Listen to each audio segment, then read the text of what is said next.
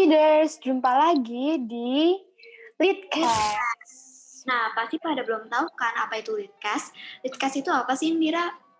Leadcast itu singkatan dari Leadership Podcast, adalah salah satu program divisi LHT OSIS MPK Avicenna Jagakarsa, di mana sebagai media kita untuk berdiskusi tentang berbagai hal dalam pembentukan karakter kepemimpinan. Nama aku Yuna Mira. Dan nama aku Indira Nanita. Di podcast kali ini kita akan membahas tentang cara mempersiapkan diri untuk menghadapi penilaian tengah semester. Tapi kita nggak berdua aja nih, karena hari ini kita bakal kedatangan tamu. Wah, siapa tuh tamunya? Aku penasaran nih. Siapa ya? Kita panggil aja deh tamunya. Hai Bu Setia. Halo leaders, halo Ayu, halo Indira. Halo Bu Setia, gimana kabarnya Bu? Alhamdulillah sehat. Gimana kabarnya Ayu dan Indira? Alhamdulillah Bu, kita juga berdua sehat-sehat aja. Alhamdulillah. Nah sebelumnya nih, barangkali ada yang belum kenal sama Bu Setia. Bu Setia, perkenalan diri dong. Oke, halo semuanya. Senang sekali nih Ibu bisa menyapa leaders SMP Avicenna Jagakarsa semuanya ya. Semoga sehat selalu.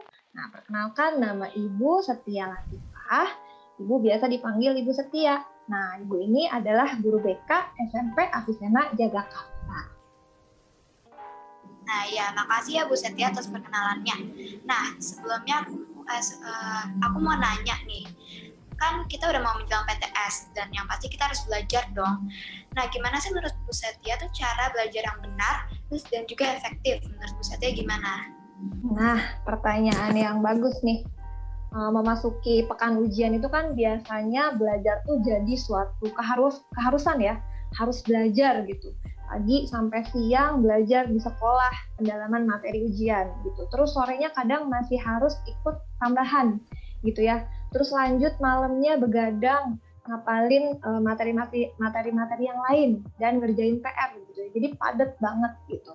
Nah, pertanyaannya, belajar seperti itu efektif nggak sih gitu ya? Atau justru malah menyiksa diri sama otak kita nih? Gitu. Tadi pertanyaannya bagus ya, gimana sih cara belajar efektif itu? Nah, Ibu punya 6 tips untuk kalian belajar dengan efektif. Yang pertama, ya silakan disimak. Yang pertama adalah menyusun target atau goals dalam belajar. Nah, ini penting ya sebagai langkah awal. Dulu Ibu pernah bahas nih mengenai pentingnya membuat target dalam melakukan sesuatu. Gitu. Karena dengan memiliki target, kita punya alasan nih untuk belajar, kita punya sesuatu untuk kita kejar, kita punya sesuatu untuk kita raih gitu ya. Nah, dari situlah munculnya motivasi. Kalau di LIN kan ada yang namanya widely important goals ya, atau WIG. Nah, cara untuk membuat WIG yang baik itu kan from X to Y and when gitu ya.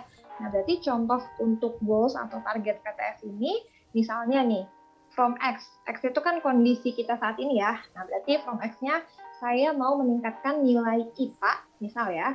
Saya mau meningkatkan nilai IPA dari yang biasanya dapat nilai 83 gitu ya di ulangan harian.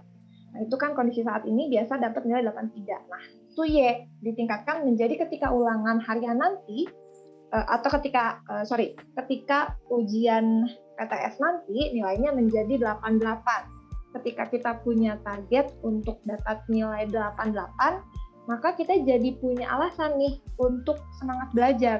Coba kalau nggak punya target, yang penting mah belajar aja gitu ya, hasilnya gimana nanti. Nah, kalau kayak gitu kan kita nggak terpacu untuk memulai belajar, nggak ada target yang harus dikejar. Gitu. Yang kedua nih, ciptakan tempat belajar yang kondusif. Nah, maksudnya apa nih? Maksudnya adalah ketika kita belajar itu usahakan beda tempatnya dengan ketika kita tidur, ketika kita menonton film, ketika kita bermain game gitu. Jadi misalkan deketan nih, atau bahkan ada yang belajarnya di kasur gitu. Jadi bawaannya pengen tidur, atau misalkan Bu, aku kalau belajar suka nggak fokus Bu. Nah, ternyata setelah diselidiki atau dicek, oh ternyata belajarnya di ruang TV gitu. Jadi nggak fokus karena sambil liatin TV, sambil pengen nonton TV gitu. Jadi yang pertama ciptakan yang kedua ciptakan tempat belajar yang kondusif gitu. Nah, yang ketiga, jadwalkan waktu belajar dengan konsisten. Ada yang nyaman belajar pada malam hari, ada juga yang nyaman belajar di pagi hari gitu ya. Sebenarnya waktunya tidak masalah, gitu, jam berapapun asal dilakukan dengan konsisten. Tidak perlu lama-lama. Kalau belajar tuh nggak perlu misalkan 5 jam gitu ya. Tapi yang penting rutin dilakukan. Nah, kenapa harus rutin? Kenapa harus konsisten? Karena otak kita itu akan merekam belajar itu sebagai kebiasaan. Misalkan kalian biasa belajar habis maghrib gitu ya. Nah, itu kalian lakukan secara rutin.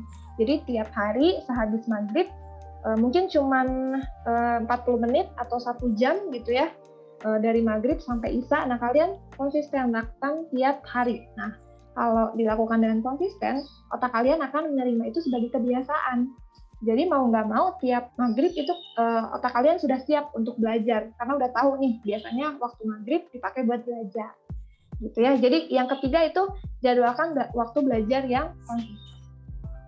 Yang keempat nih masih berhubungan dengan tips yang ketiga, hindari metode SKS.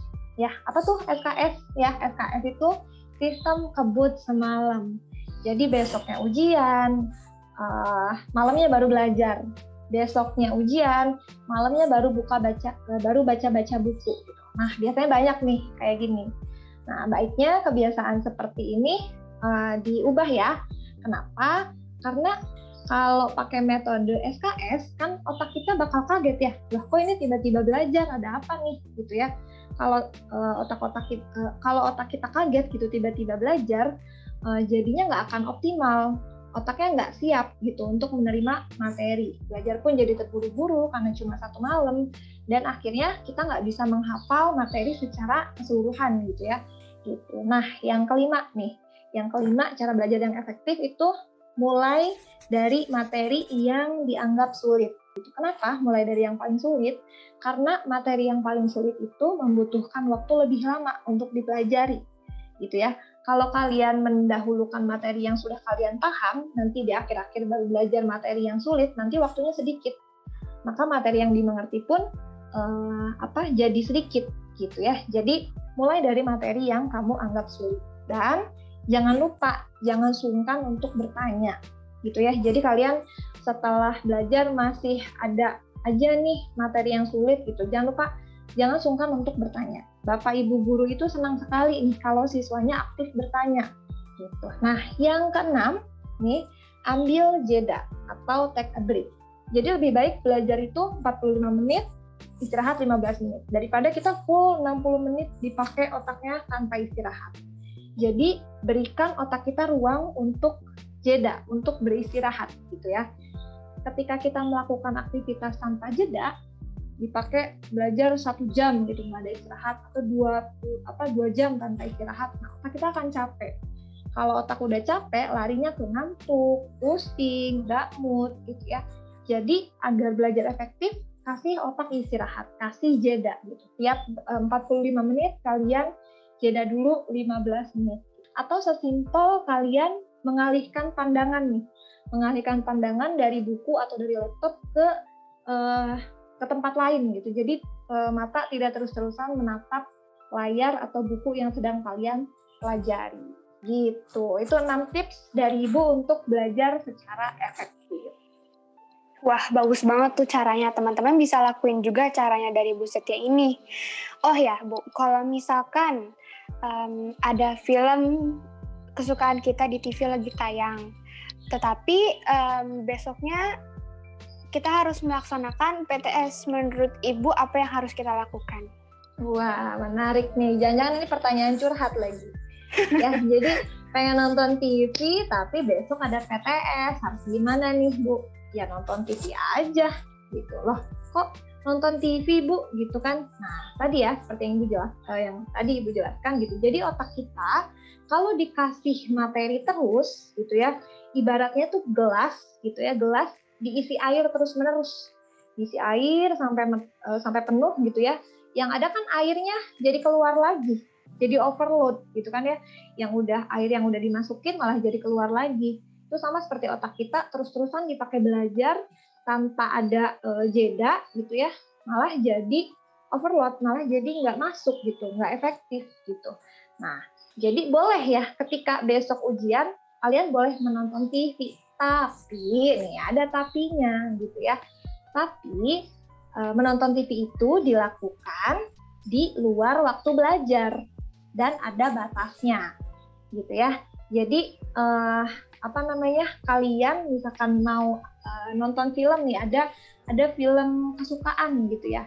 Nah, pastikan kalian menonton film itu adalah sebelum waktu belajar. Jadi ketika sore hari, ketika menjelang malam kalian sudah fokus belajar gitu. Tips juga nih ya, ketika kalian mau ujian, kita belajar itu kalau bisa sebelum tidur ya. Sebelum tidur, jadi materi yang kita hafalkan itu tersimpan dengan baik di dalam otak gitu ya. Subuh-subuh kalian bangun coba mengingat-ingat lagi materi, biasanya masih nempel yang kalian hafalkan itu. Jadi kalau sebelum tidur itu usahakan menonton TV itu ketika mau ujian ya, itu sebelum belajar. Jadi nonton TV dulu, baru setelah itu belajar supaya yang kita save di dalam otak itu materi-materi ujian gitu. Nah, pertanyaannya kalau bentrok gimana Bu gitu ya? Kalau jadwal film kesukaan saya itu adalah sebelum tidur nih, harus gimana? Nah, ingat habit 3 ya, ada put first thing first. Ketika ujian yang menjadi prioritas itu belajar atau menonton TV gitu ya. Mana yang harus diletakkan di first thing kalian ketika ujian? Tentunya belajar ya. Lagian kan sekarang zaman udah maju banget ya. Kalau misalkan kalian ada film yang ingin ditonton dan kelewat, itu bisa kalian nonton siaran ulangnya. Bisa di Netflix, bisa di Disney, atau bahkan di YouTube juga bisa ya. Gitu, dahulukan belajar gitu ya. Seperti itu. Wah, jadi kita harus mengatur waktu dan tahu mana yang prioritas dan tidak prioritas. Nah, selain itu, apakah kita harus menjaga kesehatan kita sebelum mengikuti penilaian setengah semester? Nah, ini pastinya dong ya. Jadi, kita kembali lagi ke leader ini ya. Habits 7, ada sharpen the soul. Menjaga kesehatan itu sebenarnya termasuk ke dalam mengasah diri ya. Orang yang memiliki kemampuan untuk menjaga kesehatan fisiknya, artinya dia melakukan yang terbaik dan melakukan yang terbaik untuk bisa mengoptimalkan dirinya ya dalam beraktivitas gitu. Tanpa tubuh yang sehat, kita nggak akan mungkin bisa belajar dengan nyaman. Kalau kita sakit, nggak akan mungkin kita bisa kuat untuk menghafalkan materi ke dalam otak gitu ya. Kalau kayak gitu kan gimana mau ujian gitu ya. Jadi menjaga kesehatan itu nomor 1. Tidak hanya ketika mengikuti PTS, tapi setiap waktu ya. Menjaga kesehatannya dengan apa? Makan dan minum yang bergizi, dan jangan lupa olahraga dan tidur yang teratur. Ingat, jangan begadang-begadang sebelum ujian ya. Ya, aku setuju banget nih sama Bu Setia. Kita tuh harus menjaga kesehatan kita juga ya. Jangan sampai kita tuh belajar non-stop gitu terus kan. Nah, jadi ada apa Indira? Selanjutnya kita ada pertanyaan dari teman-teman kita dari Instagram. Yang pertama dari @lovings. Cara belajar yang seru untuk menghadapi PTS itu gimana sih Bu? Oke, pertanyaannya juga bagus nih. Cara belajar yang seru untuk menghadapi PTS. Sebenarnya cara belajar yang seru itu adalah cara belajar yang sesuai dengan gaya belajar kita. Gitu ya. Nah, seperti apa tuh Bu gaya belajar gitu ya. Jadi mungkin teman-teman pernah dengar ya, kita ini punya ada tiga gaya belajar. Yang pertama adalah visual, yang kedua auditory, yang ketiga adalah kinestetik gitu ya. Nah, contohnya misalkan gaya belajar visual ya. Gaya belajar visual itu kan dia belajar menggunakan indera penglihatan ya. Dia lebih mudah memahami materi jika materi tersebut diterima melalui mata gitu. Nah, teknik yang sesuai untuk gaya belajar visual ini yaitu dengan membuat mind mapping. Pernah dengar mind mapping? Nah, itu cocok untuk gaya belajar visual karena dengan mind mapping itu kan mata itu jadi lebih gampang ya menerima materinya gitu. Nah, ada yang kalau dia tipe pembelajarnya auditory. Kalau tipe pembelajar auditory menghafalnya dengan bikin mind mapping atau dengan mencatat dengan penuh warna-warni itu akan susah gitu ya, akan lebih lebih susah untuk masuk ke otak. Makanya sering ngerasa, Bu, aku susah nih mempelajari materi ini. Nah, mungkin kamu belajarnya nggak sesuai dengan gaya belajar kamu.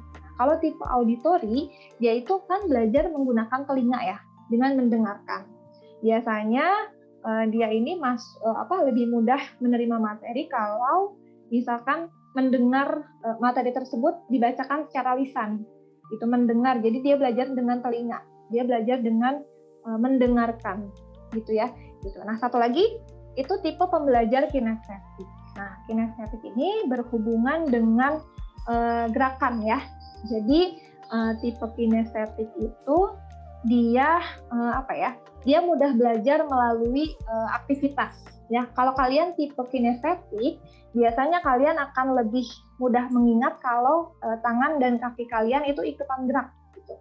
Jadi teknik belajar yang sesuai dengan kinestetik ini dengan mengkombinasikan aktivitas belajar dengan aktivitas yang menyenangkan. Misalkan sambil jogging gitu ya. Ada kan orang yang sambil jogging tuh sambil menghafalkan pekerjaan atau menghafalkan pelajaran gitu, atau sambil praktek langsung. Intinya kalau kinestetik itu dia menghafalkan dan anggota tubuhnya itu harus ikutan gerak supaya mudah dicerna gitu ya. Tips juga nih buat yang kinestetik, kalau belajar kalian bisa coba gunakan kursi belajar yang bisa berputar gitu ya, yang bisa berputar. Jadi ketika kalian membaca itu bisa sambil muter-muter, bisa sambil menggerakkan badan gitu. Itu untuk kinestetik. Jadi gitu ya, tips belajar yang seru itu adalah kita harus tahu dulu nih gaya belajar kita apa, lalu kita sesuaikan dengan teknik belajar yang sesuai dengan gaya belajar kita. Jadi otak kita pun akan lebih menerima dan menyenangkan diterimanya pun. Gitu. Oke, baik. Ya sih, aku personally itu di antara visual atau enggak auditory, tapi mungkin aku tuh lebih ke visual, so aku suka nyatet, aku suka nge-stabilo, nge-highlight gitu-gitu lah. Nah, selanjutnya nih, aku ada pertanyaan dari Caca_Nike. Bagaimana cara memotivasi diri agar bisa belajar dengan benar? Menarik banget ya pertanyaannya ya. Iya, betul. Bagaimana ya memotivasi diri untuk bisa semangat belajar? Tadi Ibu sebutkan di awal ya, kita harus punya target, gitu ya. Kalau di leader ini ada yang namanya begin with the end in mind. Seringkali kita ngerasa tidak bersemangat, kita tidak punya motivasi itu karena kita nggak punya tujuan, tidak punya sesuatu untuk dicapai. Gitu. Jadi hidupnya ngalir aja seperti air gitu. Ya udah gimana nanti gitu ya. Mau dapat nilai bagus, mau dapat nilai kurang bagus, ya udah nggak apa-apa, terserah gitu ya. Nah, supaya semangat, supaya memotivasi diri, kita satu dulu punya target, gitu, punya tujuan. Ketika kita punya target, punya tujuan, kita punya sesuatu untuk dicapai, punya sesuatu untuk dikejar ya, untuk diraih. Seperti contohnya tadi ya, pokoknya saya target di PTS ini nilai IPA-nya adalah 88, gitu ya. Nah, berarti kita kan jadi punya target, oh berarti gue harus dapat nilai 88 nih, gitu. Kalau mau dapat nilai 88, berarti 1, belajarnya harus rutin. 2, kurangi begadang, gitu kan. 3, misalkan kurangi waktu bermain, ganti dengan baca-baca buku, gitu ya. Jadi ketika kita punya target, kita akan melakukan hal-hal yang bisa membantu kita untuk mencapai target tersebut. Intinya ketika kita punya goals, kita punya sesuatu untuk dikejar. Kita punya alasan untuk melakukan sesuatu, untuk meraih sesuatu, sehingga muncul motivasi dari diri. Gitu. Wah, bagus banget tuh caranya dari Bu Setia. Mungkin teman-teman juga bisa ngikutin cara Bu Setia di rumah buat mempersiapkan PTS. Nah, segitu aja Leadcast hari ini. Semoga bermanfaat untuk leader semua. Dan juga terima kasih buat Bu Setia yang udah setia nemenin kita hari ini. Menarik-menarik semua ya jawabannya.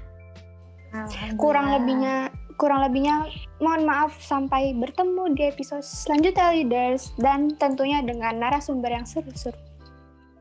Ya, terima kasih. See you semuanya. Terima kasih. Semangat PTS-nya ya.